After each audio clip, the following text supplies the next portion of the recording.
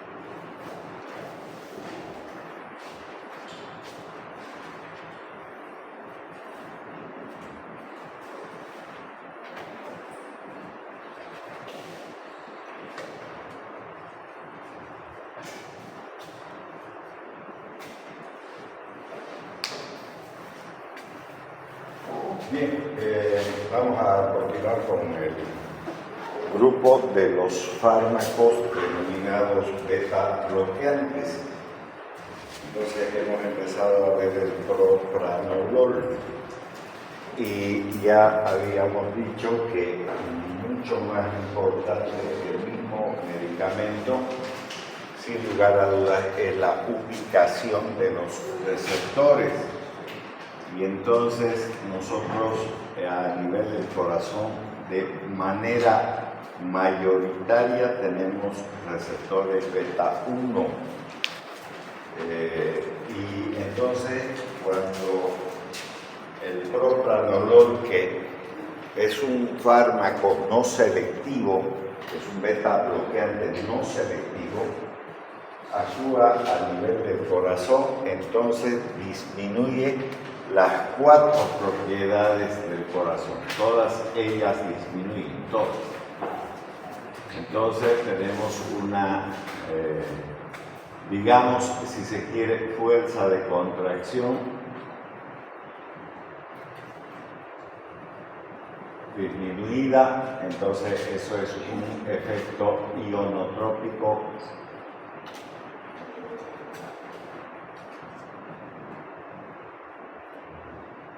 negativo. Después vamos a tener obviamente una disminución de la frecuencia cardíaca,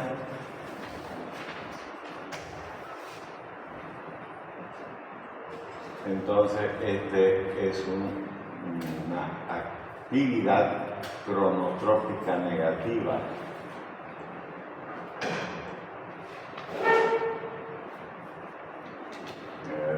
Después vamos a tener una excitabilidad, entonces es una propiedad vasmotrópica.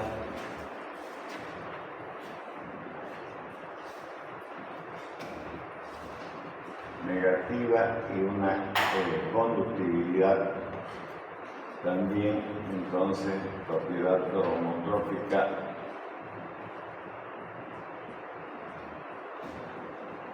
negativa, todo es negativo. Entonces disminuyen las 4 propiedades del corazón. Entonces, si nosotros vemos esta diapositiva, estamos hablando de los efectos cardiovasculares. Entonces esos efectos cardiovasculares están mediados por el bloqueo de los receptores beta 1 adrenérgicos. Entonces reducen la frecuencia cardíaca, acción cronotrópica negativa, y eso lo hacen por la acción sobre el nódulo sinusal, y eso lógicamente va a depender de que si ese corazón está estimulado por el simpático. Porque aquel que no está estimulado, y ya lo dije la pasada clase, en caso de ustedes que están, digamos, sentados y sin actividad ninguna y son jóvenes, entonces, lógicamente que no va a haber un impacto, porque solo tiene acción cuando hay acción simpática. Reduce la velocidad de conducción, entonces está en la conducción, la acción cromotrópica negativa, no del nódulo auriculoventricular, que ya saben ustedes, digo, porque en fisiología han tenido que ver, este es el nódulo sinusal, este es el auriculoventricular, y obviamente la registro la reventricular. Ese retraso que va a haber me hace pensar entonces que si una persona tiene hipertensión arterial, pero además tiene un bloqueo de la conducción, ya sea izquierda o derecha, por ejemplo, en las enfermedades de Chagas podría haber bloqueo de rama, entonces esa velocidad va a alargar más y va a aumentar entonces el PR del electrocardiograma. Recuerden que ese intervalo PR del electrocardiograma está entre la onda P y el inicio del complejo QRS, y el QRS, al ser una despolarización de los ventrículos, y obviamente la P es una despolarización de las aurículas, hay un mayor espacio, cosa que se puede registrar en el electrocardiograma. Por lo tanto, de hecho, por de antemano estoy diciendo que estos medicamentos serán buenos para la hipertensión, pero si está asociado a un trastorno de la conducción, mejor no darlo, porque si no van a tener problemas, y aquí tenemos eso.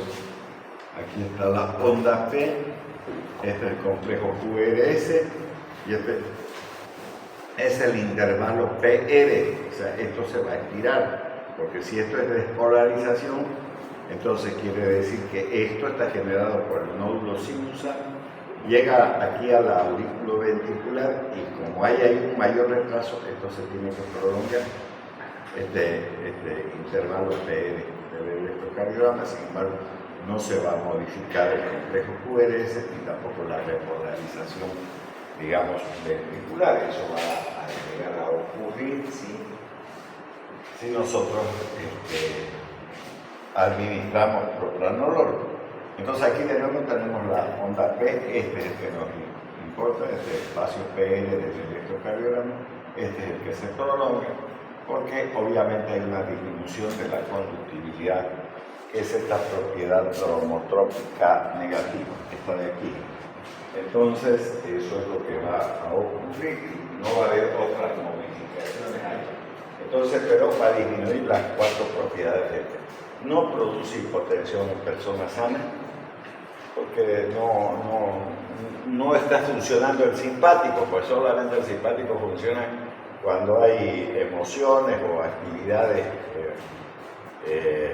mecánicas importantes. Ya, los efectos cronotrópicos e inotrópicos son negativos, y el otro problema es que este sistema que nosotros estamos viendo, este es mi ventrículo izquierdo, porque esta es aurícula derecha, esta es aurícula izquierda, ventrículo derecho, ventrículo izquierdo, por aquí sale y se genera la circulación mayor, o sea, esta es la aorta.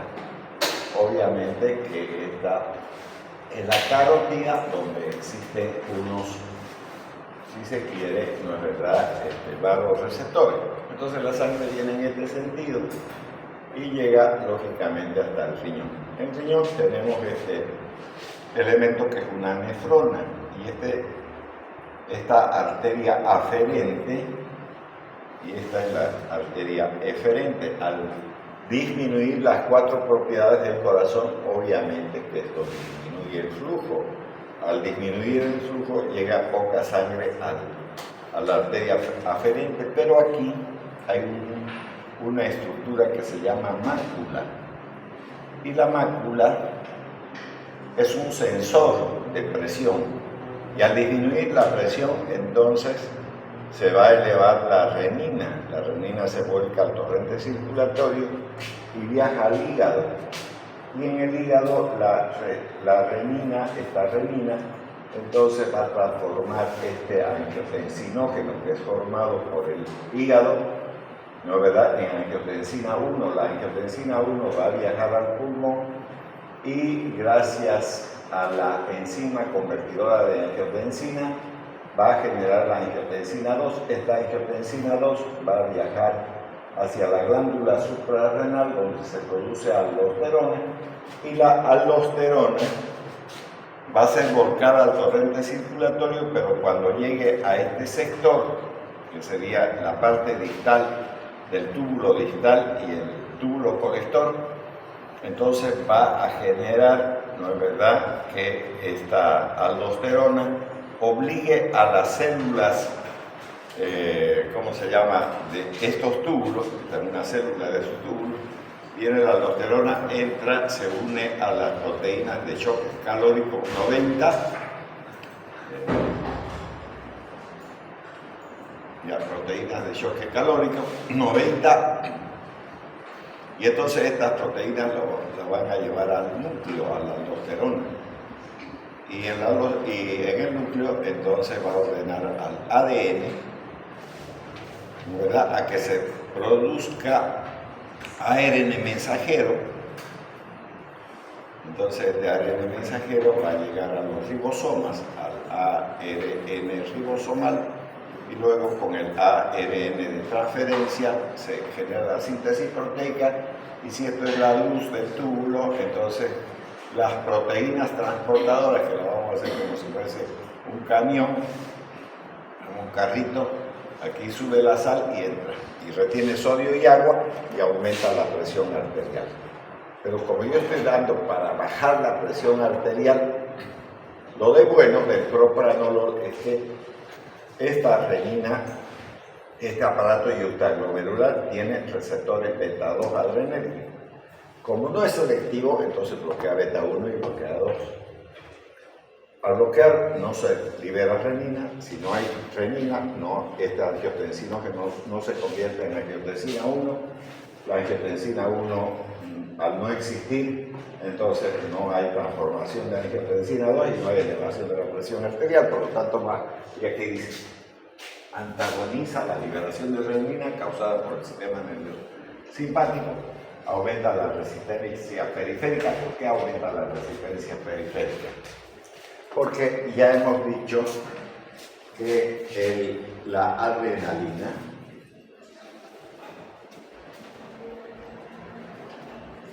tiene dos efectos, dos grandes efectos, sobre receptores alfa y sobre receptores beta. Y de los alfa hay alfa 1 y alfa 2. Y de los beta hay beta 1, beta 2 y beta 3. Entonces, si yo bloqueo este y este, pero no estoy bloqueando esto.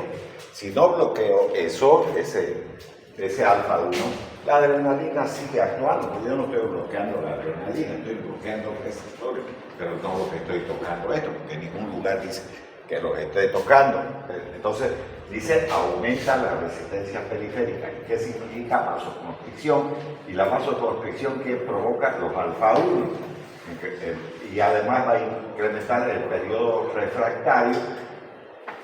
No es verdad que si nosotros hacemos un sistema de coordenadas cartesianas, ¿no es verdad?, donde en las verticales ponemos los milivoltios y aquí ponemos por ejemplo, menos 85 milivoltios, aquí será menos 100, ¿no?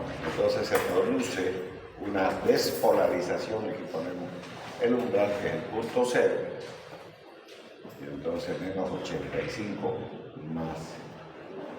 más 10, vamos a poner más 10, más 20, entonces son 105, esta es la meseta, y es la repolarización, entonces esto es fase 0, esto es fase 1, esto es fase 2, esto es fase 3 y esto es fase 4.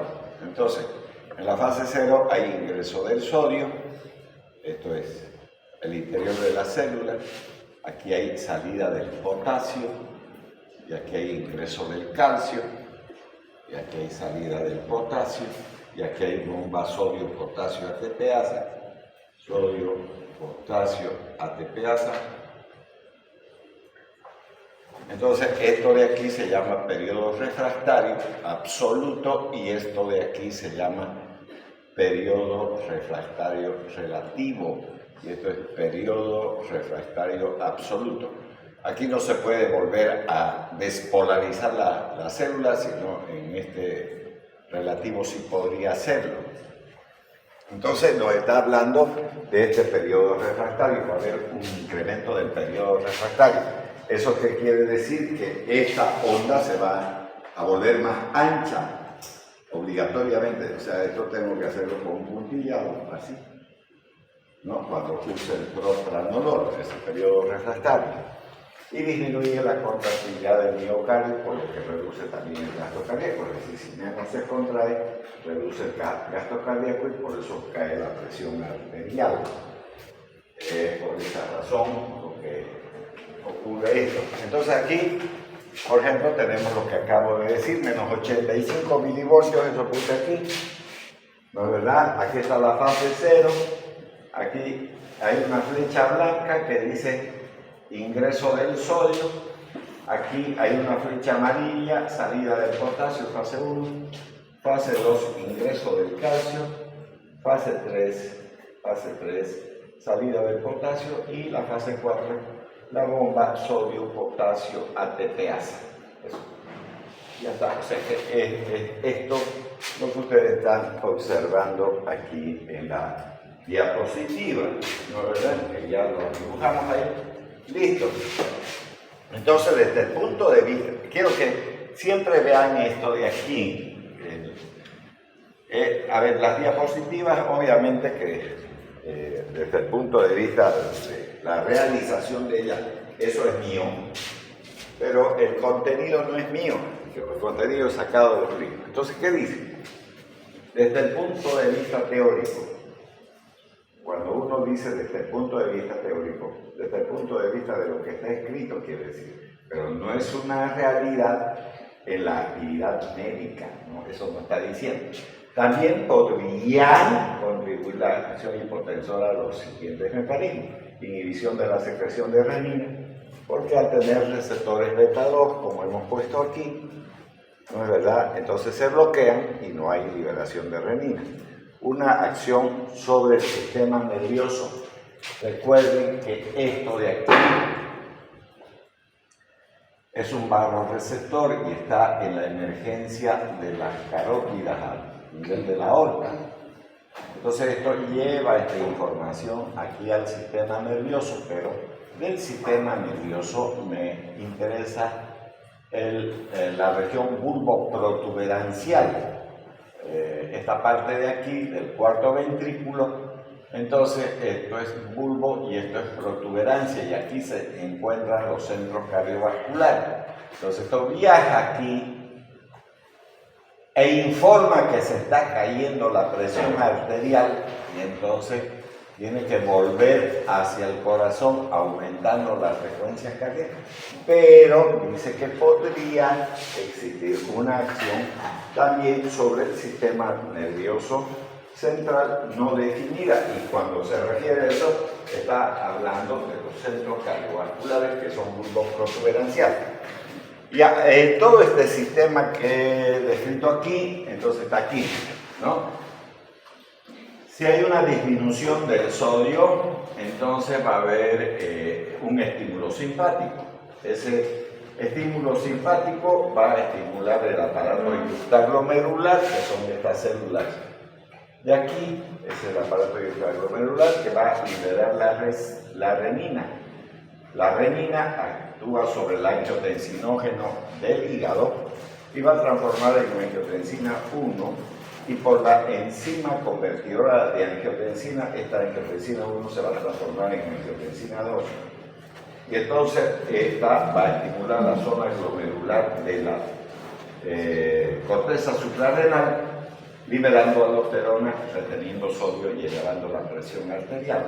Pero si nosotros le damos propranolol, bloqueamos renina, no dejamos que se salga del aparato yuxtaglomerular, no hay quien transforme el angiotensinógeno en angiotensina 1, no hay angiotensina 2, no hay liberación de aldosterona y no hay retención de sodio y agua, y eso es lo que nosotros debemos de tener en cuenta. Por eso el ser humano es una integridad, y esa integridad funciona y va a funcionar en la medida que sepamos fisiología, porque si no sabemos, estamos siempre perdidos. Entonces, una alteración en la sensibilidad de los reflejos de los vasoreceptores, aquí también les he hablado de eso. Aquí está el cuarto ventrículo, aquí están los centros cardiovasculares. Entonces, el bloqueo beta-2 adrenérgico presináptico, cuya actividad facilita la liberación de noradrenalina en términos adrenérgicos. Y ustedes ven que hay una conexión con el corazón siempre para que funcione de esa manera, y puede tener acciones no del todo definidas en el sistema nervioso central. Entonces, la acción inhibidora de la secreción de renina se aprecia tanto en condiciones basales como cuando está provocada por ciertos estímulos. Por ejemplo, la hemorragia, al disminuir el volumen sanguíneo, entonces estimula esta mácula, y esta mácula hace que se libere renina.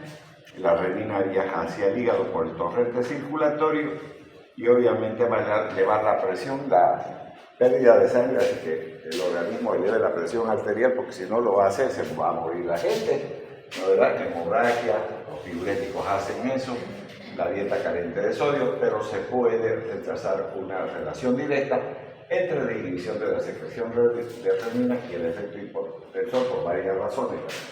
O sea, aquí, ¿qué quiere decir? Que todo lo que hemos visto, y si ustedes han prestado atención a lo que yo enfaticé, dice desde el punto de vista teórico, dice.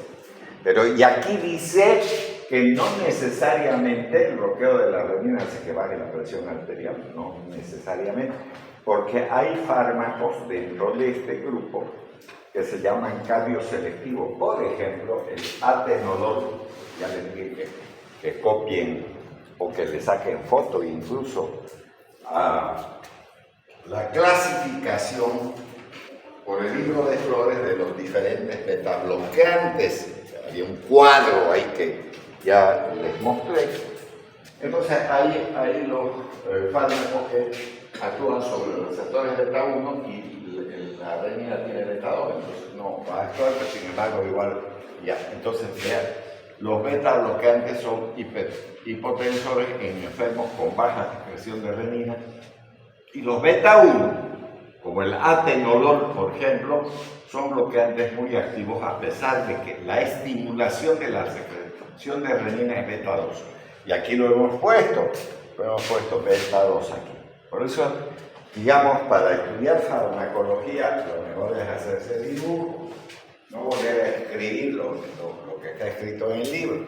Entonces, porque si yo tengo este corazón y entiendo todo este sistema de fisiopatología de la hipertensión, entonces voy a ir colocando los diferentes receptores y voy a ir bloqueándolos, y entonces eso me tiene que dar una respuesta, ¿no?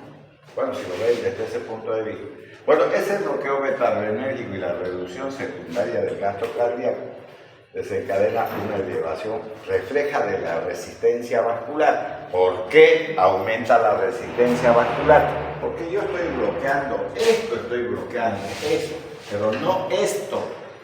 Y la adrenalina, en ningún momento estoy diciendo que estoy bloqueando la adrenalina, en ningún momento he dicho eso. Estoy diciendo que bloqueo receptores, que es otra cosa. Entonces la adrenalina sigue secretándose, ¿dónde está el bloqueo, digamos? ¿Y quién secreta la adrenalina? La médula suprarrenal. Entonces, si sigue habiendo adrenalina, aquí no va a poder actuar porque está bloqueado por esos medicamentos, pero esto no. Y entonces, al no estar bloqueado, entonces la acción alfa-1 aumenta la resistencia periférica, ¿no? Que es máxima cuando se emplean bloqueantes beta-adrenérgicos no selectivos. O sea, aquellos que afectan los beta-1 y beta-2. Los beta-3 no lo mencionamos mucho porque eso obviamente sí vamos a ver un poquito más adelante, pero tiene que ver con el metabolismo, que es otra cosa. No menos importante, porque a partir del metabolismo de los lípidos, entonces tenemos el colesterol bueno, que son HDL, ¿no es verdad?, sobre los LDL, que es el colesterol malo, y que es el que genera la arteriosclerosis, que eso vamos a verlo también enseguida, porque no es que lo descartemos. Ya que al bloquear entonces el estímulo beta-2 adrenérgico vascular, predomina en algunos territorios el alfa-1. Entonces este de aquí. Por eso aumenta la resistencia periférica. Este aumenta la resistencia periférica y por lo tanto eleva la presión arterial. Aquí dice eso. Entonces ustedes podrán ver, eso es así. Ya el desarrollo de fármacos bloqueantes adrenérgicos con actividad antagonista alfa-1, porque hay beta bloqueantes en esa clasificación que les mostré en la anterior clase, evita el problema del incremento reflejo. Eso es, por ejemplo, la betalol, el carvedilol hacen eso, porque esos son los de tercera generación, se llaman, o de última generación, reflejo de la resistencia periférica, es decir, hay beta bloqueantes que además de bloquear esto, pueden bloquear estos alfa-1. Entonces esos son cardioselectivos y además, ¿cómo se llama? De tercera generación, eso es muy, muy importante. ¿No? Entonces, reflejo de resistencia periférica, permitiendo su uso en pacientes con vasculopatía periférica y abriendo nuevas perspectivas en el tratamiento de insuficiencia cardíaca congestiva también. Es muy importante tener presente esos fármacos. Bueno, listo, ya con eso terminamos el aparato cardiovascular. Entonces, ahora nos vamos a ir al pulmón. Y aquí viene la otra desgracia, digamos, ¿no? A ver.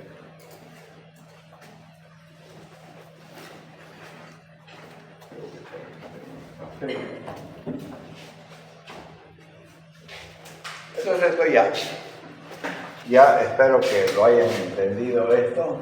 Entonces voy a borrar porque necesito pisar. Entonces borro esto.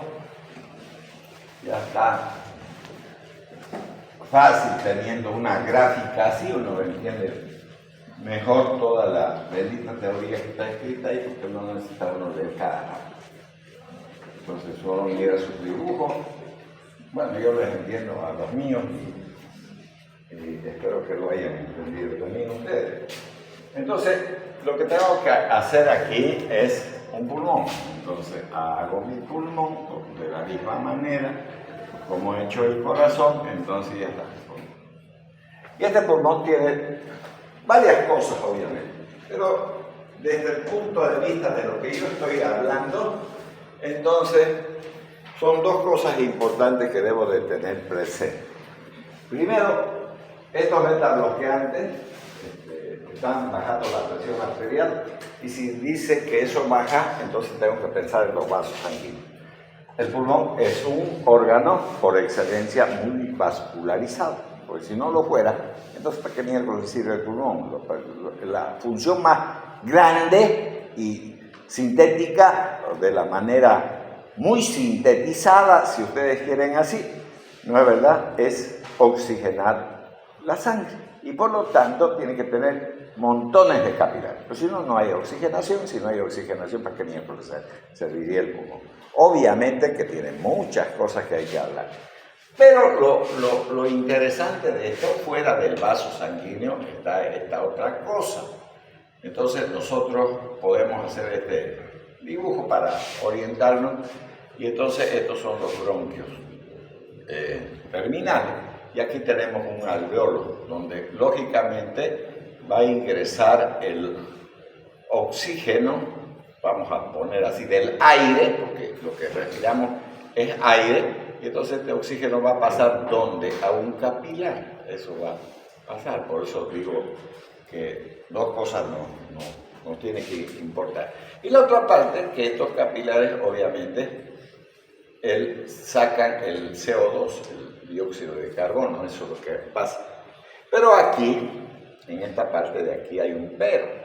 Hay musculatura lisa y eso se llama músculo de Reinssensen. Este músculo, ¿no es verdad?, de Reinssensen, que es músculo liso. Entonces, es muy importante para mí porque, vuelvo a repetir, no está bloqueando ningún mediador químico, lo que está bloqueando es receptor. Y entonces este músculo de Reinssensen tiene receptores beta 2.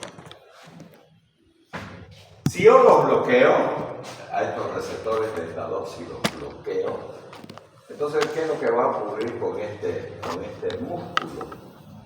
Se va a cerrar, y al cerrarse, este músculo no se va a contraer, entonces se va a cerrar, porque lo estoy bloqueando este receptor. Entonces no va a poder pasar el oxígeno, o sea, el oxígeno proveniente del aire. Recuerden que el aire está constituido por nitrógeno, oxígeno, dióxido de carbono y agua. Eso tiene el aire, y de eso nos interesa esto. Entonces, al meterse, al cerrarse, entonces no entra el oxígeno, pero tampoco sale el dióxido de carbono. ¿Qué va a generar entonces? Asma. Estos beta bloqueantes van a generar asma. Y si el paciente de entrada ya es un paciente asmático e hipertenso, lo matan. No sirve para esa gente. No sirve para esa gente. Pueden ser antihipertensivos, pueden ser de los mejores, lo que quieran ustedes, pero no sirve para los asmáticos. Entonces, ya está, no pueden administrar. Entonces, ¿por qué? Porque estos pulmones, a nivel de estos bronquios, tienen receptores beta 2. Entonces, el pulmón es beta 2, mayoritariamente beta 2. Los asmáticos no necesitan bloqueantes beta 2, más bien por el contrario, necesitan beta 2 estimulantes. Y dentro de eso, por ejemplo, está el salbutamol. Entonces, eso es bueno para los asmáticos, fenoterol y más cuestiones, ya. Entonces, porque broncodilata, en cambio de eso, si lo bloquea, se cierra.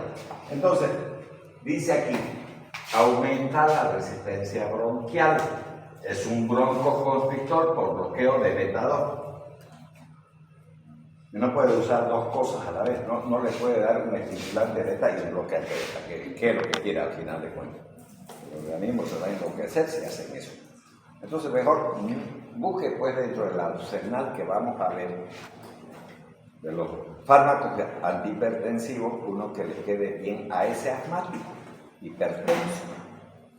Entonces, ya, por lo que predomina el tono broncoconstrictor, alfa-adrenérgico y colinérgico, especialmente en pacientes con enfermedades pulmonares obstructivas. Recuerden que el asma está metido dentro del EPOC, enfermedad pulmonar obstructiva crónica, eso significa EPOC, ¿no? Enfermedad pulmonar obstructiva crónica, eso. Entonces tenemos la bronquitis, ¿no? Tenemos el asma y el enfisema. Entonces, en estos pacientes no hay que dar eso. No, es contrario a su patología. Ahora, vuelvo a repetir, cualquiera de estos, ya sea un bronquítico crónico, un enfisematoso o un asmático, no puede tener presión arterial elevada. Una cosa es bronquio y otra cosa es vasos. Son dos cosas diferentes, aunque trabajen de manera simultánea. Entonces, después, por eso vuelvo a repetir, y voy a volver a repetir. El mejor año de la carrera de medicina es el tercero, porque ahí se llevan todas las asignaturas que tienen la mayor importancia en medicina, con excepción de la fisiología, que sería la única que está en segundo año y es una asignatura demasiado importante. Entonces, cuando usted esté enfrente del paciente, no tiene que darle ociosidad de hacer la historia clínica. ¿No? Primero el preguntero, llamado anamnesis, ya está, eso tiene que hacer. Y en segundo lugar, el examen físico del enfermo. Si usted encuentra, mide la presión arterial, está con presión alta, pero además escucha sibilancias, broncosibilancias, y dice es asmático, entonces no, esto. La farmacología no tiene la culpa de nada, de nada. Un mal diagnóstico, un mal tratamiento. Listo, ya está. Así de sencillo. Usted diagnostica mal, a la mierda, oye. Se hace un buen diagnóstico, perfecto. Entonces recién va a funcionar. Si no. Entonces el éxito del médico está en la semiología, la fisiopatología. Entonces esto es importante tener presente. Ahora ya nos vamos a meter a los efectos metabólicos. Ya le he dicho que eso también tiene importancia. Entonces, reduce la producción y liberación de insulina. Reduce la producción y liberación de insulina. Porque una cosa es producir y otra cosa es liberar, ¿no ves? Las células betas producen y además liberan la insulina cuando uno consume glucosa. La glucosa es el estímulo. Si hace eso, entonces es una hormona diabetógena, o sea, es un medicamento que genera diabetes, y entonces es un diabético que la diabetes dentro de su clínica tiene hipertensión arterial y se le ocurra, porque van a generar problemas, ¿no? ¿Por qué? Porque aquí dice eso, reduce la producción y liberación de insulina. Si no produce insulina, cuando alguien no tiene insulina, ¿qué es? Diabetes, pues. Entonces se está reduciendo y además de hecho ya es un diabético, entonces se está provocando mayor problema. Entonces no en asmáticos, no en pacientes, digamos, que tienen diabetes, no. Puede ser un antihipertensivo, pero hay que elegir gracias al conocimiento, no es cualquier cosa. Entonces produce fenómenos hipoglicémicos importantes, pero además reduce la tolerancia de la glucosa, los diabéticos. Ahora, va a inhibir la lipólisis. O sea, si yo tengo mucha grasa en el abdomen, todo eso, entonces ese almacenamiento en las células adiposas, ¿no? Van a liberar los triglicéridos, el glicerol y demás cuestiones. Bloquean la liberación de los ácidos grasos que se producen durante el ejercicio del estrés. Aumentan los triglicéridos plasmáticos totales y bloquean la glucogenólisis, ¿no? Entonces, ¿qué? Van a bloquear la destrucción del glucógeno. ¿Dónde hay glucógeno?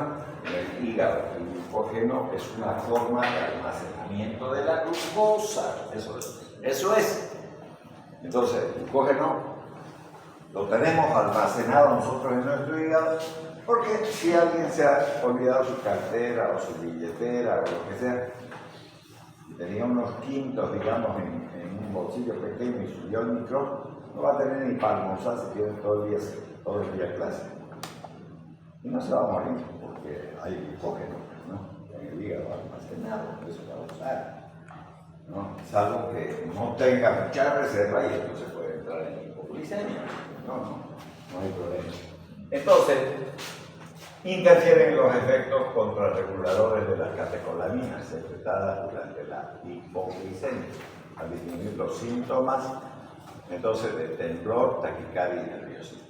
Va a haber una disminución del colesterol bueno, ¿no? Son el colesterol de alta densidad, ¿no? Las lipoproteínas de alta densidad, ¿no? Este es el colesterol bueno. Y va a haber un incremento de este otro colesterol, que es el colesterol malo, ¿no?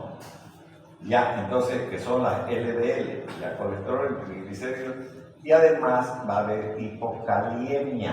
No dice hipocalcemia, así que no confundan hipocaliemia con hipocalcemia. La hipocaliemia, que significa que no hay potasio, porque el potasio se llama calium, ¿no? Por eso que lleva un símbolo no de P, P para el fósforo, la K es para el potasio, porque el potasio es calium. ¿Listo? Entonces, eso es. Ya está. Bien, ahora vamos a ver sobre la función renal. Ya hemos hablado algunas cosas de la función renal con el sistema renina-angiotensina-aldosterona. Eso hemos hablado. Entonces, reduce la liberación de renina por un bloqueo beta 2. Con ello disminuye el sistema renina-angiotensina-aldosterona. Reducción del flujo plasmático renal. ¿Por qué? Porque está bajando la presión, está disminuyendo las 4 propiedades del corazón y eso hace que haya reducción del flujo plasmático renal y hay una disminución de la velocidad de filtración glomerular por esa misma razón. Porque si hay menor cantidad de sangre que llega a través de la arteria renal a los riñones, entonces eso es lo que va a ocurrir. Ya, también vamos a tener efectos oculares importantes. Recuerden que incluso hay una patología ocular que se llama glaucoma, que es la hipertensión ocular. Entonces vamos a ver cómo funciona esto. Reduce la presión intraocular, especialmente en los ojos glaucomatosos. Ustedes saben que en la televisión hay un programa que son Los Simpsons, y si lo ven, eso tiene los ojos cortados, así es el glaucoma. ¿Sí? O sea, son personas que aparentemente, por ejemplo, podríamos decir que glaucomatoso podría ser el exministro Romero del MAS, ¿no ven? Para que tengan una idea de quién estoy hablando, digamos, ya. Listo, el exministro. Disminuye la producción del humor acuoso y facilita su drenaje, eso hace. Y es muy eficaz en la aplicación tópica. Entonces quiere decir que si te aplican directamente en el ojo puede mejorar esa hipertensión.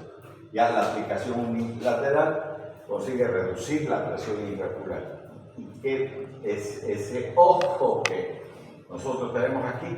Entonces es un órgano que tiene receptores beta 2 adrenérgicos. Eso. Entonces dibujan un ojo y le ponen beta 2 en su papelito, digamos, para poder entender bien.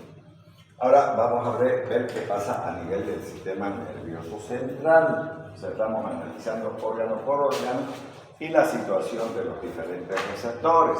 Entonces, tiene acción anestésica local. Por ejemplo, el timolol hace eso. Ya mejora la actividad de los neurolépticos.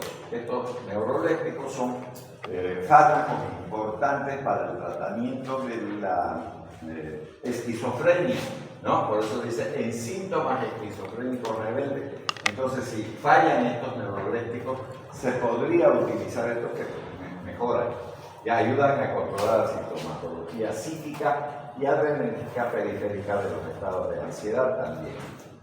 O sea, hay muchos medicamentos ansiolíticos. Por ejemplo, las benzodiazepinas podrían funcionar así.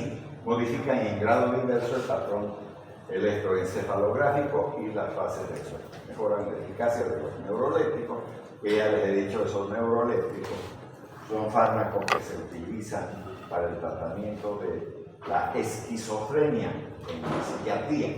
en síntomas, por eso dicen que es esquizofrénico rebelde. Y hay varias clases de esquizofrenia, eso vamos a ver cuando sean enfermedades psiquiátricas también. Efecto antitremorígeno. Hay gente que tiembla así, todo el tiempo así, sobre todo los pacientes asmáticos que consumen beta-2 estimulantes. Eso es el trémolo, temblor, eso pueden ver ahí, ¿no? Y hay muchos viejitos que cuando tratan de comer van derramando su sopita porque tiemblan. Entonces, eso, si ustedes le dan propranolol, deja de temblar. Y entonces, pero no por el temblor le voy a dar, primero vuelvo a decir, si ese paciente tiene hipertensión, no es asmático, no es diabético, es viejo, quiere temblor, adelante con el medicamento, funciona bien, va a bajarle la presión arterial, va a bajar el temblor, pero no porque le dé temblor le voy a dar a uno que tenga diabetes, que tenga ya asma o bronquial, no tengo que hacer eso, no tengo que hacer eso, porque si no voy a causar problemas.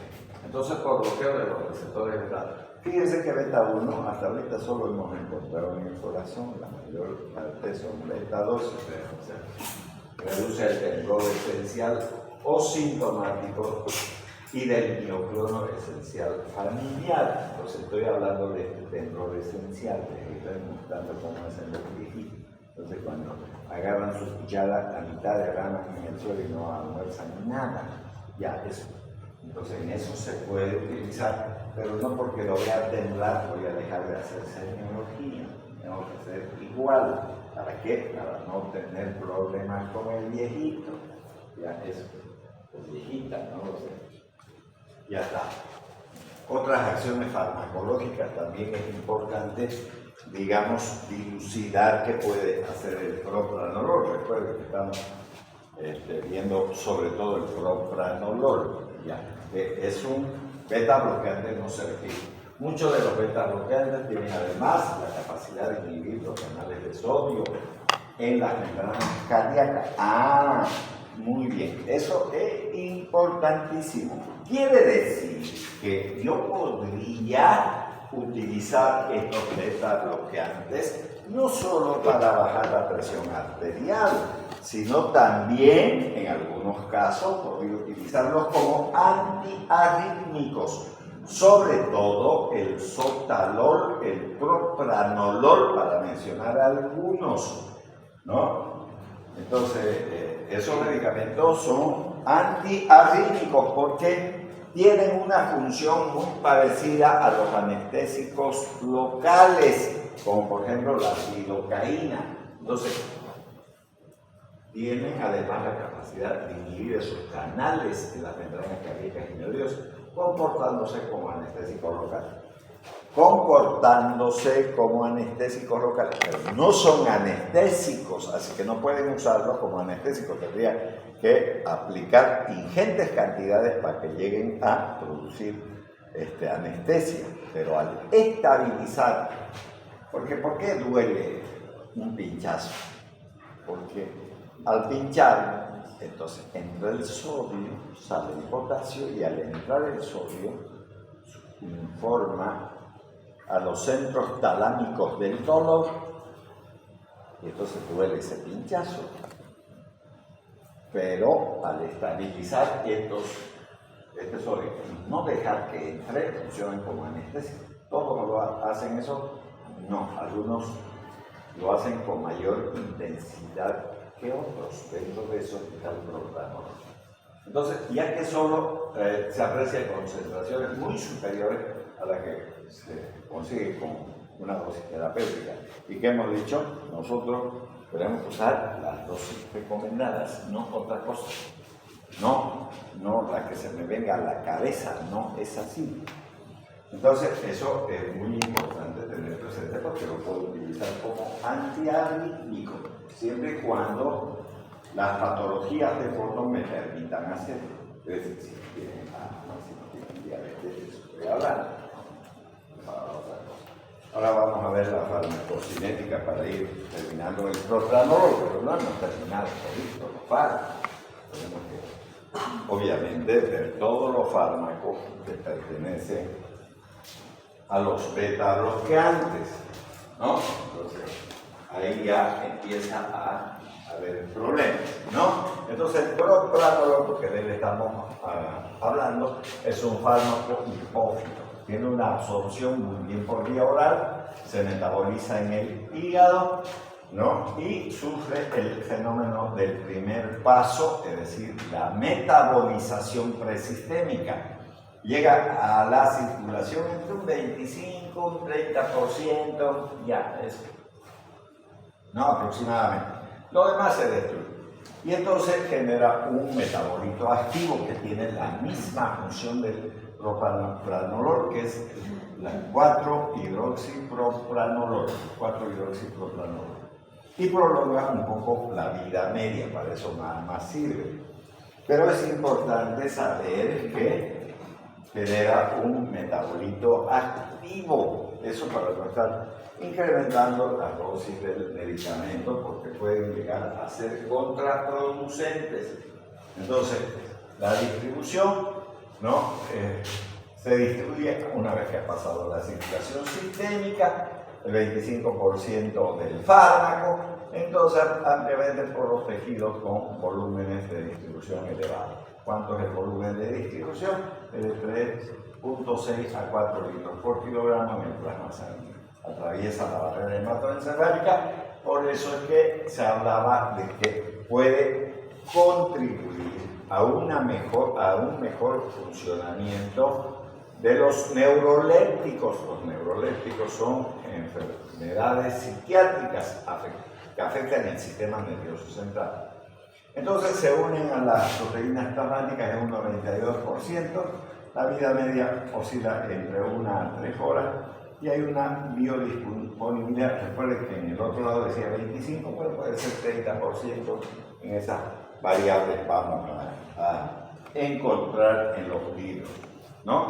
Recuerden, vuelvo a repetir, en la anterior diapositiva decía 25%, un 30% y ya no hay problema. Estamos dentro del rango normal. Bueno, la eliminación es de tipo renal, lo puede hacer a través del metabolito, por ejemplo, su metabolito activo, que es un 1%. También se puede eliminar como fármaco activo, y la selectividad de eliminación, cuando se administra por vía oral, oscila entre 3 horas y media a 6 horas. Eso es lo que ocurre a nivel renal en términos de su farmacocinética. Ya estamos en eliminación.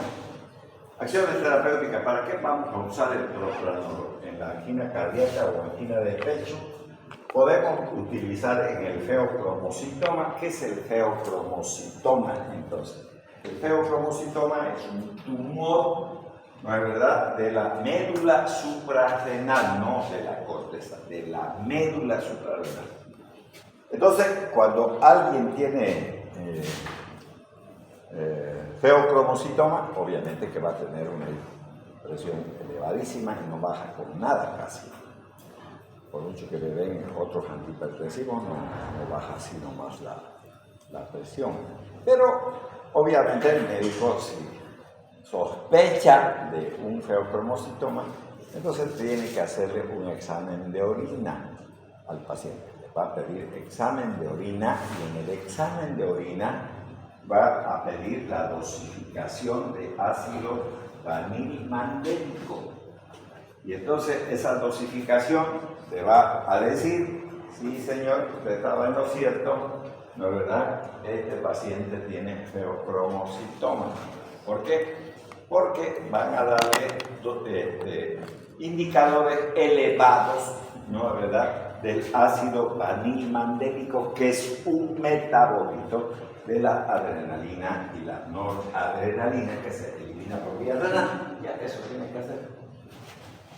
Listo. También se puede utilizar en el glaucoma porque baja la presión, ya le he dicho, el timolol es uno de los que más se usa, y también se puede utilizar en la miocardiopatía obstructiva, ¿no es verdad?, hipertrófica. Se puede también utilizar el propranolol.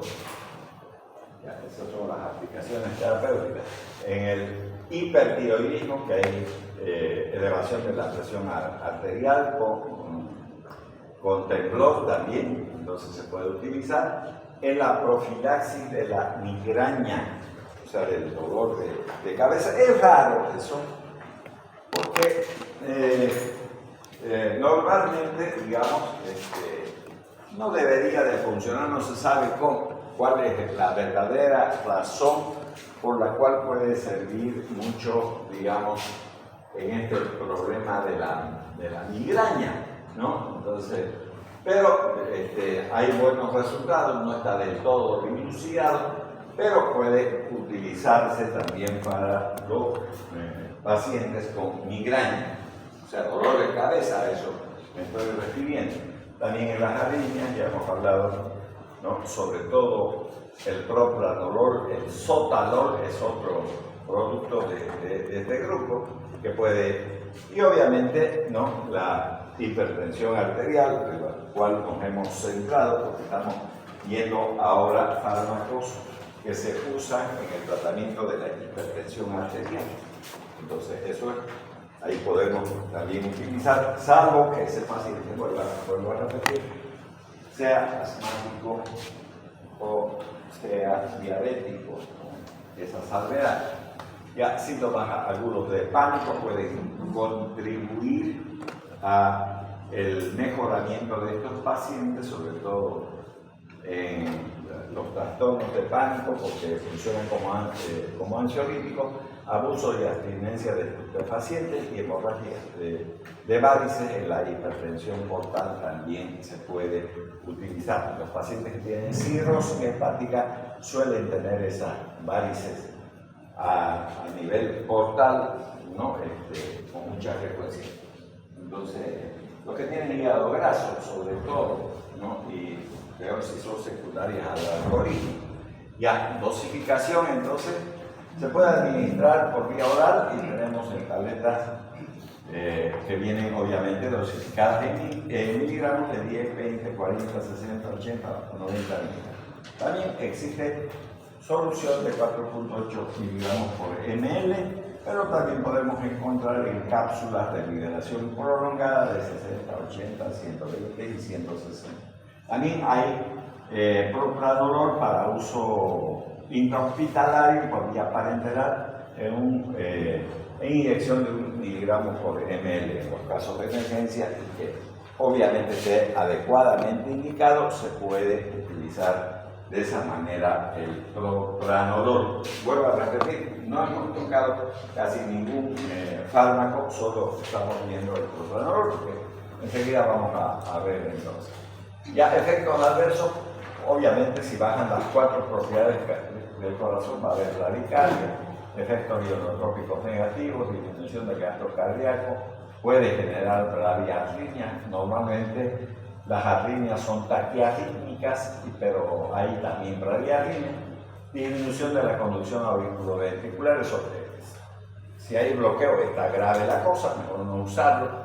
Broncoconstrictor, arresto importante en las personas que sufren enfermedad pulmonar obstructiva crónica, puede generar fatiga, alteraciones del sueño, insomnio, pesadilla, prolongación de una hipoglicemia, disfunción sexual. Esto no es otro elemento importante. A ver, gente que puede tener hipertensión siendo joven, digamos, quienes podrían tener, por ejemplo, para todos es bien conocido que el dinero da felicidad o desgracia, el dinero. Toda la gente dice, bueno, cuando salga médico, yo quiero tener mi casa, un departamento, digamos, la verdad, y tener mi movilidad. Entonces, hay mucha gente que hace préstamos, y si le va mal, entonces va a tener deudas con el banco. Pero ¿quién tiene mayores problemas? Los gerentes de banco. Ya han visto que muchos bancos se han cerrado. Dentro de eso, de ese banco que tienen, no sé, en la ciudad de tener unos 100 locales, por lo menos. Y están todos abandonados ahí. Incluso creo que uno de los gerentes murió, algo por el estilo, lo mataron, como se dice. Bueno. Entonces esta gente siendo joven puede tener estrés y puede tener hipertensión arterial, pero si es una persona joven tal vez también forma parte de un matrimonio joven. Si le producen disfunción sexual, por ahí la mujer se busca al lechero o al cartero, digamos, porque y lo primero que debemos de hacer es analizar todo. El médico no solamente tiene que mirar la patología, sino el buen vivir de la gente, de toda la gente. Entonces, uno no es que sea metiche, digamos, en la vida privada, pero es bueno mirar si es adecuado el medicamento para esa persona. No porque alguien tome medicamentos para el asma bronquial, por ejemplo, que produzca ese temblor, yo le voy a dar propranolol. Si es un hombre joven, le va a provocar esa disfunción sexual. Y entonces eso es un problema, digamos, que podría romper un matrimonio, y lo mejor es buscar otro medicamento que funcione para la hipertensión y que sea más adecuado y no esté provocando. Porque la mayor parte de los medicamentos que son para la hipertensión arterial provocan disfunción sexual. Pocos son los que no producen eso. Entonces eso también tienen que mirar como médico. Entonces eso va a ocurrir en varones, no en las mujeres, ¿no? Interacciones medicamentosas también, ¿no es verdad? Pueden existir porque el ser humano en ningún lugar, solamente en los libros de medicina, hablan de cada patología específica. Pero el ser humano en la vida normal no tiene una patología específica. Puede tener varias patologías de por medio. Puede ser hipertenso, puede ser diabético, puede ser chagásico, puede ser lo que sea. Ya está. Listo, puede tener un montón de cosas. Entonces, las personas no son como los libros. Los libros solamente hablan de una patología. Cuando uno está en los hospitales, tiene que integrar sus conocimientos. Y ahí está lo difícil, digamos, ¿no? Entonces, ya, la bibliografía de donde fue sacado también el tema del propranolol. Muy bien. Ahora vamos a iniciar el otro tema de este mismo, pero ya hablando para los demás fármacos, ya no para el propranolol, porque ya no nos interesa. Obviamente vamos a tocar un poquito de él, pero nos vamos a centrar en la clasificación que habíamos visto. Si siquiera voy a volver a poner esta diapositiva. Esto de aquí, ¿no? Tenemos que analizar cada uno de los grupos. Ustedes ven, ahí hay un primer grupo que bloquea beta 1, beta 2, hay solo beta selectivo. Les dije que el número de 1 sería para nada, solamente para experimentación, y obviamente los fármacos que bloquean alfa 1 y obviamente los beta, que son los de tercera generación. Entonces, vamos a ver los otros medicamentos que pertenecen también a. Entonces, eso vamos a ver en este otro capítulo, para ir terminando. El miércoles no tenemos clase, y probablemente el martes en la noche tampoco. O sea, eso me estoy refiriendo si hay gente de la A1. ¿Y por qué? Dirán ustedes, el miércoles hay elecciones de la Federación Universitaria de Profesores y de las asociaciones docentes. Eso hay. Entonces, normalmente la Corte Electoral suele cerrar. No estoy adelantando nada, solo estoy diciendo, no vayan a hacer los códigos que no me quiero adelantar. No sé, la Corte, la que manda. Entonces, puede ser que ya en la tarde del día martes cierren la universidad, porque van a repartir las ánforas en diferentes lugares para las elecciones, no es del rectorado ni del vicerrectorado, son de las asociaciones y la Federación Universitaria de Profesores. Por eso estoy hablando.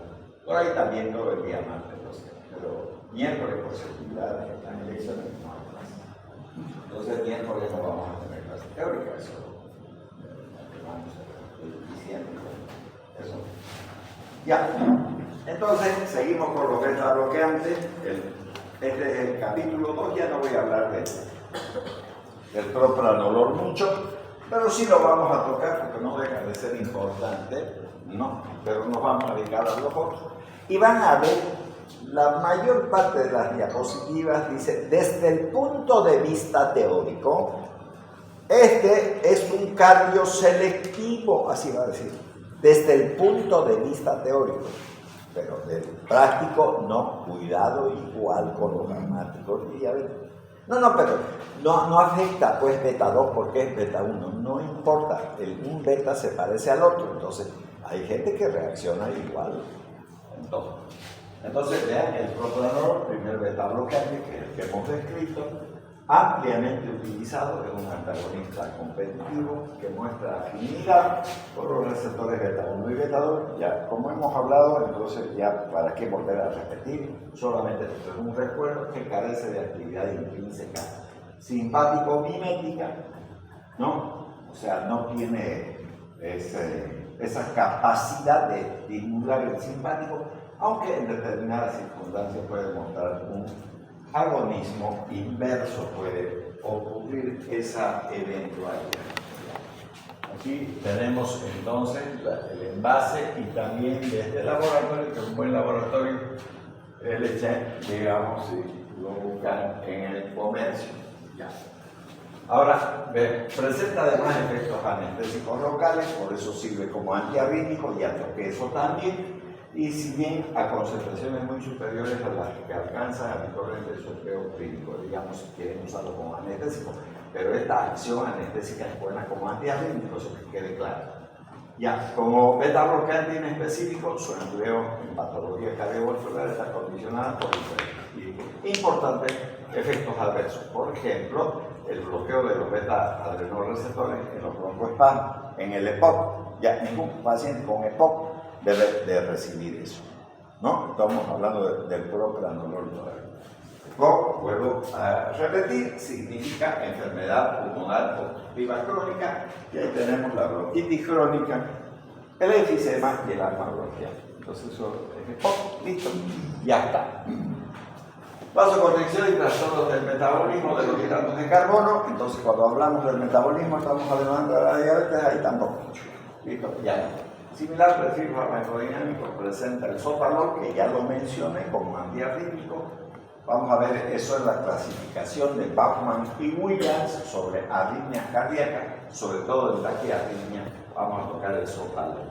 El timolol y el nandrolol, que tienen también una similar acción. Hablé del timolol, que se usa mucho en gotas oftálmicas para disminuir la hipertensión ocular, que puede generar dolores de cabeza, todo ese tipo de cosas. Aunque carece de acción estabilizante de la membrana, y el primero presenta menor potencia beta 2. Entonces ya más o menos estamos tocando ya varios fármacos, ¿no es verdad?, que tienen que ver con el propranolol.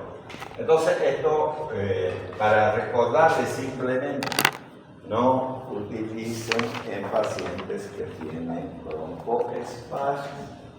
Y esos que tienen broncoespasmo, entonces van a ser los más importantes, serían los asmáticos, pero igualmente, digamos, no es bueno, no es aconsejable el uso en el enfisema y en la bronquitis crónica. Ahora vamos a ver bloqueantes con actividad agonista parcial, es decir, son antagonistas, pero también son estimulantes, dice. Tienen las dos cosas. Entonces, dentro de esos, los fármacos que siguieron a la introducción del propranolol demostraron poseer en diferentes medidas actividades intrínsecas simpático-miméticas. Ah, qué interesante. Porque si bloqueo beta 1, me disminuye toda la actividad cardíaca, y al disminuir la actividad cardíaca va a bajar la presión arterial. Pero sería interesante que estimulen beta 2, porque así podría bajar de la presión arterial a un asmático, y al estimular los beta 2 provocaría broncodilatación. ¡Maravilloso! Entonces ya hay unos medicamentos que podría utilizar. La respuesta es no, no se confíen en eso. O sea, esto de aquí es teórico. Pero ¿existen de esos fármacos? Sí. El oxprenolol y el pindolol se podrían utilizar en ese sentido. Entonces, si ustedes pueden analizar, ya les dije que el propranolol no, porque es un beta bloqueante y no tiene acción agonista, no tiene acción estimulante. Pero estos sí bloquean receptores beta 1 y podrían estimular los beta 2. Y entonces, si estimulan, mejora el asma y no sería una contraindicación. Pero eso es teoría y van a ver que la diapositiva, o la siguiente diapositiva va a decir que eso es pura teoría, que igualito tengan cuidado. O sea, si eligen el oxprenolol o el pindolol, no se confíen en esos fármacos porque igualito puede generar asma. Ya, estos fármacos se comportan como agonistas parciales, de modo que el resultado de la administración depende en gran medida del grado de activación simpática en este momento y en cada sistema en concreto. Aquí tenemos una presentación del oxprenolol de 20 miligramos en tabletas para que también vean que existe en el comercio y no hay ningún inconveniente con eso. En situaciones de baja actividad simpática, la reducción de la función cardíaca puede ser inapreciable e incluso observarse incremento del gasto cardíaco. Mientras que en condiciones de ejercicio submáximo, el oxprenolol y el pindolol serían solo ligeramente menos eficaces que el propranolol, reduciendo la frecuencia cardíaca, que es lo que nos interesa para bajar la presión. Entonces, eso sería algo digamos, comparable con lo que estábamos viendo. Aquí tenemos el pindolol también y el oxprenolol en términos de su presentación para que pueda reescribirse en la receta. Bueno, los beta-bloqueantes que se comportan como agonistas parciales se han propuesto como fármacos que pueden ser utilizados incluso en casos de insuficiencia cardíaca, bradicardia y en casos de asma bronquial. Vean, ahí está. Lo que les dije, podrían utilizarse, pero mejor que no lo hagan, porque es muy parecido el receptor beta 1 al beta 2, entonces mejor que no. O insuficiencia vascular periférica podría ser una alternativa, pero eso podría, no es una realidad. Ya, entonces la realidad clínica, ahora ya estamos hablando de la realidad clínica, porque eso es la farmacológica, esa es la charla farmacológica. Ya, use pindolol o prenolol, no le va a ir mal en ningún asmático, ya.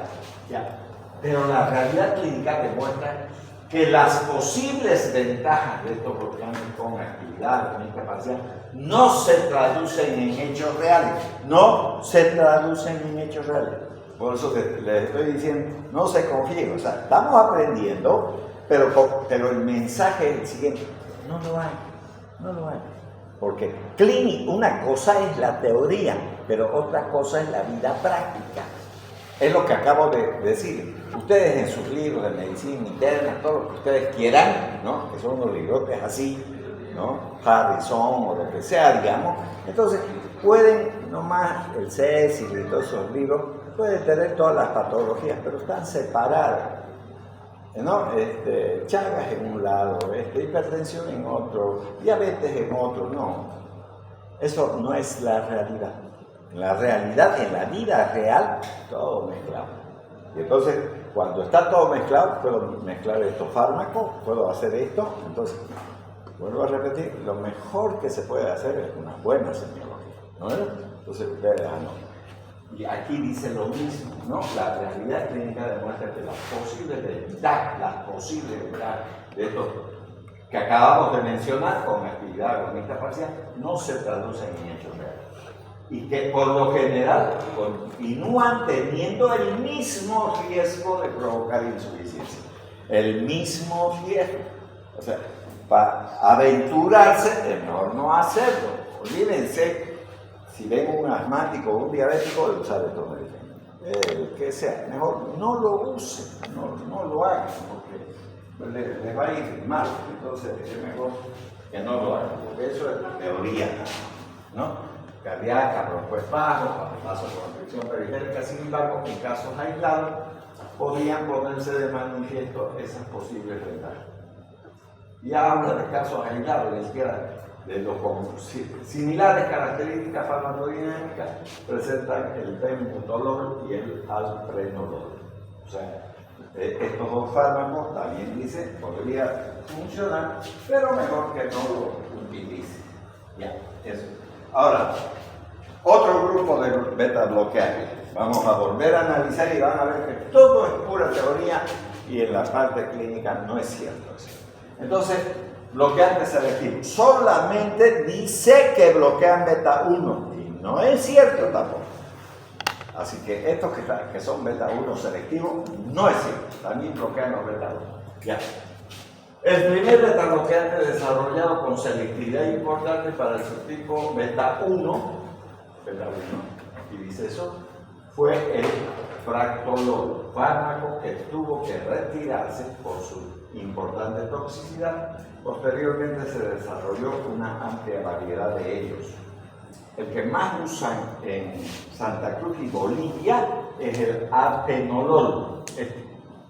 Pero también dentro de ese grupo está el acetutolol, metoprolol, bisoprolol, como ven ustedes. Todos esos se llaman cardioselectivos, pero eso no quiere decir que eso sea una realidad. Vuelvo a repetir, eso es teoría. Y vamos a ver de teoría, que incluso ustedes lo han visto, el título dice eso, pero en la realidad clínica es otra la cosa. Aquí tenemos algunas presentaciones del acetutolol, del metoprolol, del atenolol, también del laboratorio de Chile. Ya, ahí tienen ustedes. Ya, entonces, se consideran selectivos de fármacos cuya dosis efectiva 50 necesarias para bloquear los receptores beta 1 difiere notablemente de la requerida para bloquear los beta 2. Los beta 1 bloqueantes, también denominados cardioselectivos, presentan teóricamente la siguiente ventaja. Teóricamente, pero no la clínica, vuelvo a repetir, eso es teoría. Es lo que vamos y nos vemos obligados hasta estudiar, ya está, listo, eso es teoría. Pero en la práctica eso no es cierto. Entonces, primero, reducir la actividad cardíaca con dosis que no alteran el tono bronquial. Que no alteran el tono bronquial. Ah, listo, entonces, perfectísimo. Tengo mi paciente asmático, hipertenso, le doy atenolol, resolví el problema, no resolví el problema. Cuidado, ten mucho cuidado. ¿Puede funcionar? Sí, pero puede no hacerlo, y peor con los hombres. No se arriesguen con los hombres, son una maldición los hombres. Los hombres creen que tomándose 2 tabletas o 3 tabletas, ¿no?, van a mejorar. ¿Y qué están haciendo? Están bloqueando toditos, ¿no? ¿Por qué? Porque no les gusta hacer caso. Dicen, con 2 voy a estar más rápido, mejor. ¿Listo? No es cierto, no es cierto. Por eso, cuando hagan la receta, no me modifique la dosis, no me modifique la dosis. Yo le doy media tableta, media. Si le doy una entera, una entera. De tantos miligramos va a comprar de tantos miligramos, no más de eso. No porque tome más, va a mejorar tremendamente. Entonces, no. Entonces, va a curar usted bien. No intervenir en el metabolismo de los hidratos de carbono también, o sea, no hay diabetes, digamos, una belleza esto. Mantener o ampliar la eficacia hipotensora al no bloquear la acción vasodilatadora beta-2 adrenérgica. Es decir, a nivel de los vasos, sobre todo venosos, hay receptores beta-2 que generan vasodilatación. Entonces, como usted no lo bloquea, eso puede permitir también una bajada de la presión arterial.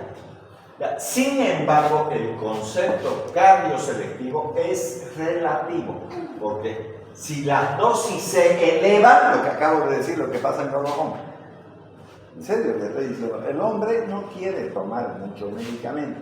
Las mujeres acatan mejor las cosas de los médicos. Y los niños, aunque ninguno quiera, tienen que querer, porque el papá y la mamá de un cimbrón, listo, le hace tomar lo que dijo el médico.